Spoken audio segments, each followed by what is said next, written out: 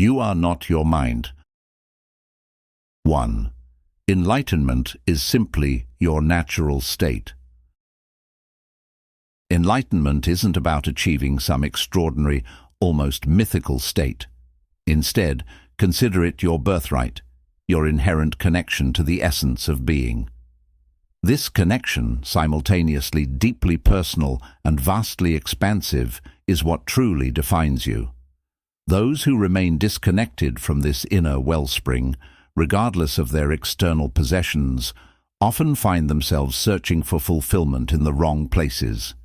They're like those who seek treasures abroad, while a priceless gem lies hidden within. As the Buddha so simply put it, enlightenment is the end of suffering. This freedom isn't a superhuman feat, but a return to your natural state. 2. Being is the eternal, ever-present one life. Think of being as the eternal, ever-present one life that flows through and beyond all forms. It's accessible as your deepest self, a profound sense of I am. Trying to grasp being with the mind is like trying to catch mist with your hands. It's a feeling, a presence, experienced only in the stillness of the now. The word God is often limited by mental images and closed concepts, but being is an open, immediate experience, a felt sense of your own presence, the realization of simply existing. 3. Identification with mind is a great obstacle. Perhaps the most significant barrier to experiencing reality is our tendency to identify completely with our minds. This leads to a constant stream of thoughts, a mental chatter that obscures the stillness within. This incessant noise creates a false, mind-made self, casting a shadow of fear and suffering. Mistaking thinking for being is a fundamental error. True enlightenment is wholeness, a state of at one with life, your deepest self and being. When we identify with the mind, we create a screen of concepts and judgments, fostering the illusion of separateness. 4. Mind is a superb instrument if used rightly. When our mental activity becomes unbalanced, thinking can feel like a disease. However, the mind is a remarkable tool when used correctly. The problem arises when we believe we are our minds, allowing it to control us. True freedom begins with the realization that you are not the thinker, you are the observer. By watching the thinker, you activate a higher level of consciousness, revealing a vast realm of intelligence beyond thought. It's from this space that beauty, love, creativity, joy, and inner peace naturally arise. 5. Free yourself by watching the thinker. Begin by simply listening to the voice in your head, without judgment, as a neutral witness. Pay attention to the repetitive patterns of your thoughts. As you listen without judgment, you'll realize, there is the voice, and here I am, listening to it. This realization itself comes from a place beyond the mind. As you continue to observe, you become aware of yourself as the witness, feeling a conscious presence behind the thoughts. Gradually, the thoughts lose their power and subside, ending the cycle of involuntary, compulsive thinking. 6. Create a gap by focusing on the now.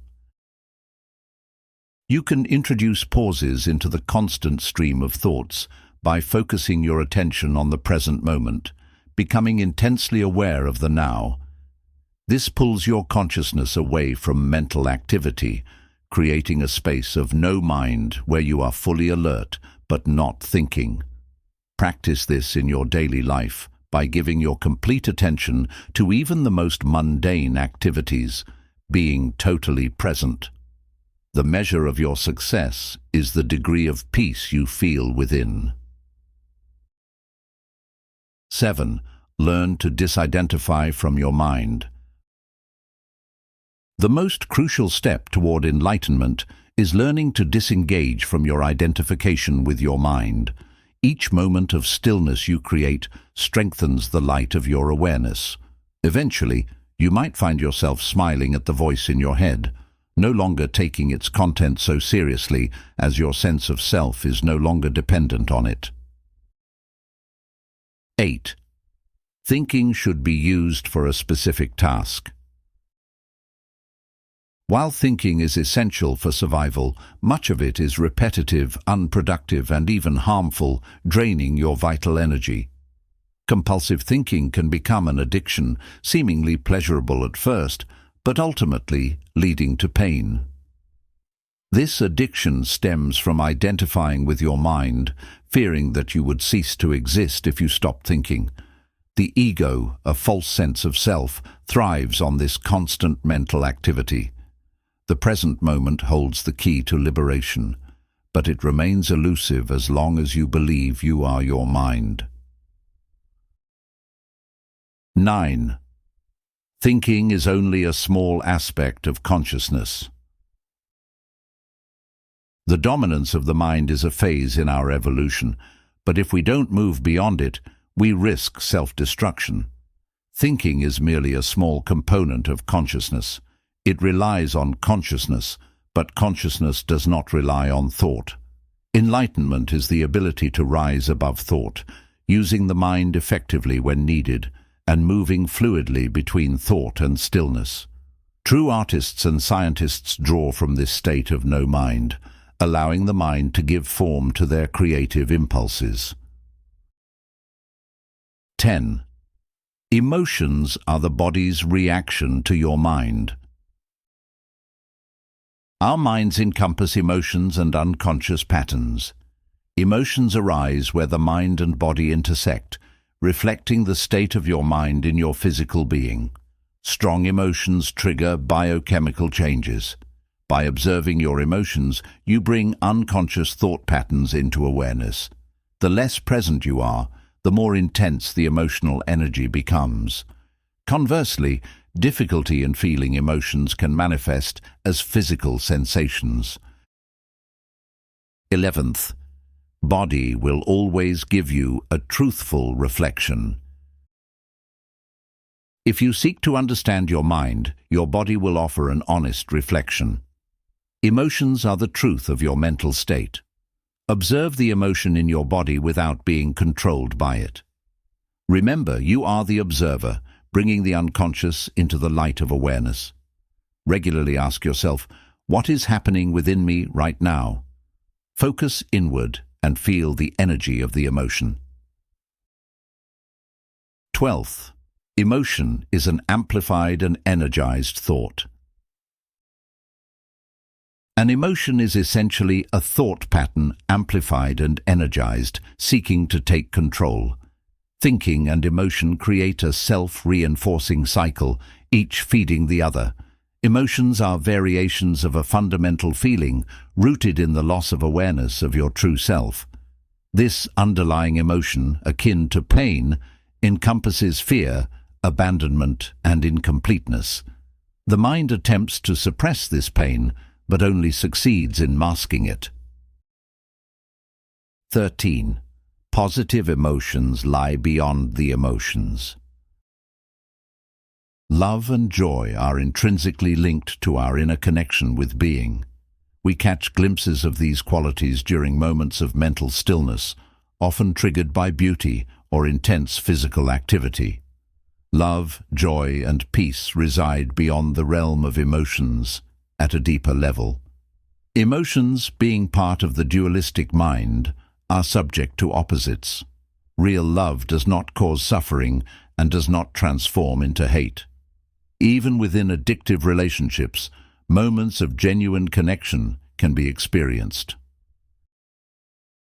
14. Become present and be the Buddha.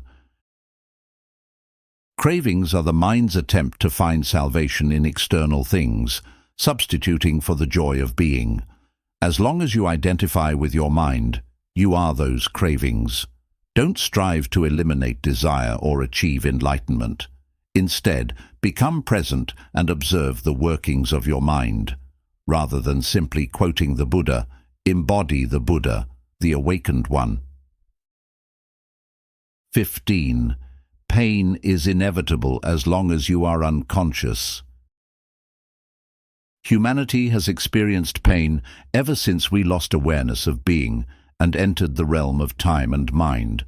Pain is unavoidable when we identify with the mind, encompassing everything from resentment and hatred to subtle irritation. Pleasure inherently contains the seed of pain. There are two levels of pain, the pain we create in the present and the pain that lingers from the past. By ceasing to create pain in the now and dissolving the pain of the past, we find true freedom.